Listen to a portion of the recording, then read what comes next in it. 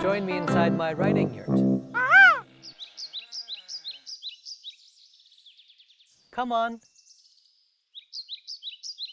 Here is a question all the way from Ireland, where it must be quite a bit later than it is here. Billy in Ireland asks, can you use and to begin a sentence? And what about the word but? Can we use the word but to begin a sentence? Now, this is a very interesting question, and particularly interesting to me, not only as a teacher, but also as a writer myself.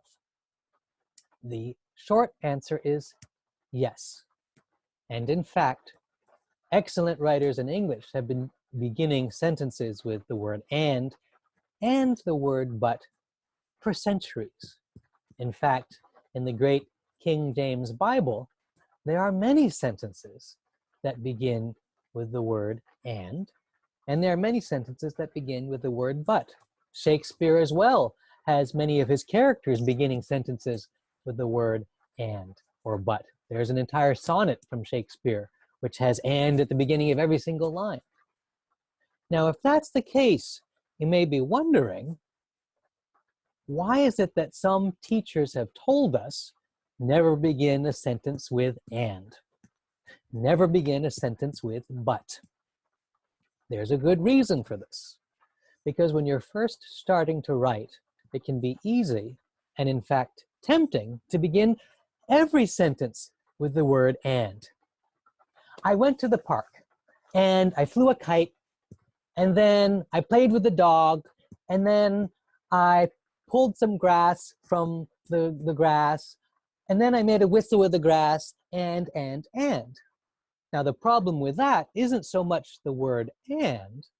The problem with that is every single sentence is formed in the same way and becomes overly repetitious. Same thing with the word but. But maybe I want to do this. But maybe I want to do that. But then we went to the car. But then we went back to the house. Again, it becomes quite repetitious and almost like a bad habit. So it is often the case that teachers at the elementary level will instruct students not to use the word and or but at the beginning of a sentence. Why? In order to keep them from developing the habit of using it too much. Then, when we get older, that's when we get to see, great writers in English have begun sentences with and but for centuries.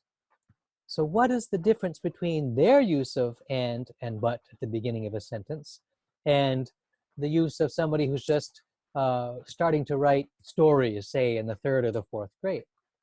Well, the only difference really is amount. How often do they do it? When do they do it? And when is it effective? So here is a more complete answer to your question, Billy. It is okay to use and or but at the beginning of a sentence if you do so sparingly, or if you do so when it is most effective. And sometimes what makes the beginning of a sentence with and or but effective is when we don't do it very often. And then there's that perfect moment when, of course, we begin the sentence with one of these conjunctions, with and or with but.